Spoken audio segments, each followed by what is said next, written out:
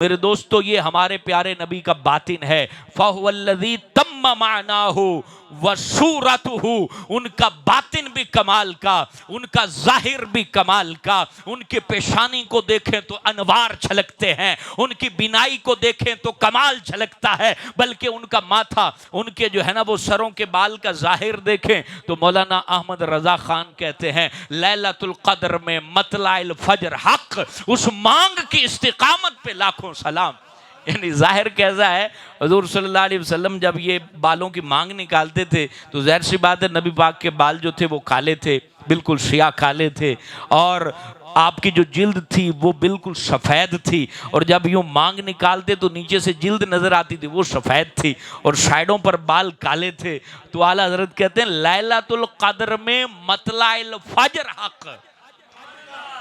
यानी ये बुजुर्ग बाबों को पता होगा, नौजवान नहीं जानते कि अब तो बड़ी बड़ी बिल्डिंगें बन गई हैं, क्योंकि पहले लोग जो फजर का मतला होता था ना, फजर की नूर की किरण होती थी यूं पट्टी नुमा मशरक से तुलू होती थी, उसको कहते थे मतलाइल फजारी करता था। तो मतलाइल फजर कहते हैं ये जुल्फे लैलतुल कद्र में मतलाइल फजर हक, उस मांग की इस्तिकामत पे लाखों सलाम है। ये जाहिर ऐसा। फिर नीचे आपके जो मुबारक पेशानी थी, ये हमारी सिलवटें पड़ती हैं, हुजूर की पेशानी पे सिलवटें नहीं पड़ती थी। ये हमारी सिलवटें पड़ती ना, हुजूर की पेशानी पे सिलवटें नहीं थी। फिर नबी पाक की पेशानी कुशादा थी, यानी खुली थी। फिर नबी पाक अलैहिस्सलातु वस्सलाम का क्योंकि रंग जो है वो सुर्खी माइल गोरा था, और उस पे सिलवटें नहीं थी, झुर्रियाँ नहीं थी, कोई किसी तरीके की इस तरह लाइन नहीं थी, साफ थी। अब हुजूर जाने रहमत अलैहिस्सलातु वस्सलाम के ऊपर जब कुरान नाजिल होता तो पसीना बहुत ज़्यादा आता था। अब सवारी पर बैठे होते तो सवारी का पेट जो है वो फर्श पे लग जाता था। सवारी अगर ऊंटनी पे होते या घोड़े पे होते या खच्चर पे होते तो उसका पेट जो है वो जमीन पे लग जाता था, वही नाजिल होते वक्त जमीन पे लगता था। तो उस वक्त हुजूर सल्लल्लाहु अलैहि वसल्लम को कसरत से पसीना आता। अच्छा, बड़ी अजीब बात है, हमें जो पसीना आता है ना तो लाइनों की सूरत में गिरता है। हुजूर सल्लल्लाहु अलैहि वसल्लम का पसीना लाइनों में नहीं गिरता था। नबी पाक अलैहिस्सलातु वस्सलाम का पसीना जो है वो कतरे मोतियों की तरह अड़ जाते थे, अटक जाते थे, और वो सहाबा शीशियों में फिर भर लिया करते थे हैं, क्योंकि लाइनों में आए तो वो कपड़ों में चला जाएगा ना। तो हुजूर के पसीने को भी रब ने खासियत अता फरमाई। और फिर जब वो पसीना पेशानी के ऊपर आलम तसव्वुर में ऐसे तो नहीं, फिर पीर मेहर अली शाह साहब लिखते ना, मुख चंद बदर शाशानी है, मत्थे चमक दी लाट नूरानी है, काली जुल्फ ते अख मस्तानी है, मखमूर अखा हण मत भरियां, ए सूरत नू मैं जान आखा, जान आखा के जाने जहान आखा, सच आखा ते रब दी मैं शान आखा, जिस शान तू शाना सब बनिया। तो हुजूर जाने रहमत अलैहिस्सलातु वस्सलाम के वो पसीने के जो कतरात थे वो ऐसे लगते थे जैसे चांदी के थाल में मोती सजा सजा के रखे हैं, वो चमकते थे, उनसे नूर फूटता था। और हुजूर जाने रहमत सल्लल्लाहु अलैहि वसल्लम की ये अबरू मुबारक जो है वो कोई दूर से देखता तो मिली हुई लगती,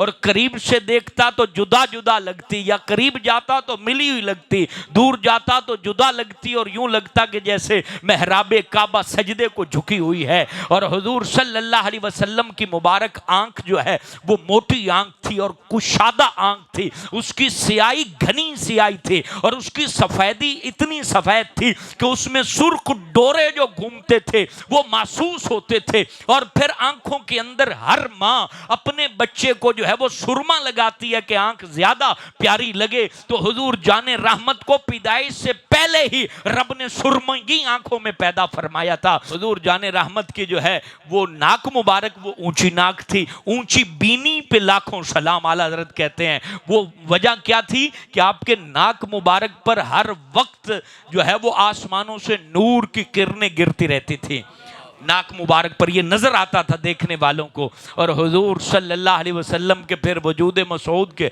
आपके रुखसारे मुबारक और ये दाढ़ी, हम लोग तो उसका ख़त बनाते हैं, तरतीब देते हैं। नबी पाक की जो दाढ़ी के बाल थे वो गालों और लबों के करीब ऐसे थे जैसे दरियाए रहमत के किनारे पर घास तरतीब से लगा दी गई हो। तरतीब के साथ जो है आप बीच में नूर है, और उसके जो बाल मुबारक हैं वो तरतीब से लगे हुए हैं, और लब मुबारक ऐसे कि वो लब हाय नाजुक उनके, हजारों झड़ते हैं फूल जिनसे, गुलाब गुलशन में देखे, गुलाब गुलशन में देखे बुलबुल, ये देख गुलशन गुलाब में है। कहते कि कभी भी गुलाब किसी बुलबुल ने देखना हो तो गुलशन में जाना पड़ता है। कहा कि ज़माने में एक ही गुलाब ऐसा है जहाँ पूरा गुलशन आया हुआ है, और वो लबहाए मुबारक हैं हुजूर फ़ख्र आलम के, दाढ़ी मुबारक, और यहाँ कनपट्टी पर मुख्तलिफ जगह लिखी हैं कि हुजूर सल्लल्लाहु अलैहि वसल्लम के जो बाल मुबारक थे 19 के करीब सफ़ेद थे, और वो भी सिर्फ इसलिए थे ताकि जो बूढ़ा उम्मती हो वो गम न करे कि मेरे बाल सफ़ेद हो गए, उसको भी सुन्नत की अदायगी का अजर अता कर दिया जाए। वरना अगर अल्लाह महबूब करीम चाहते, अल्लाह चाहता, तो ये 19 बाल भी क्या सफ़ेद होने थे, सारे काले ही रहते। हुजूर फ़ख्र आलम के शान अक़दस जो थे वो गोश्त से भरे हुए थे। जाने रहमत अलैहिस्सलातु वस्सलाम का पेट नहीं निकला हुआ था, सीना चौड़ा था, और जब आप चलते थे ऐसा लगता था जैसे कोई जवान किसी पहाड़ को चीर के निकल रहा हो। हजूर सल्लल्लाहु अलैहि वसल्लम की चाल में रौब था, आपके नाम में रौब था, आपकी निगाह में रौब था।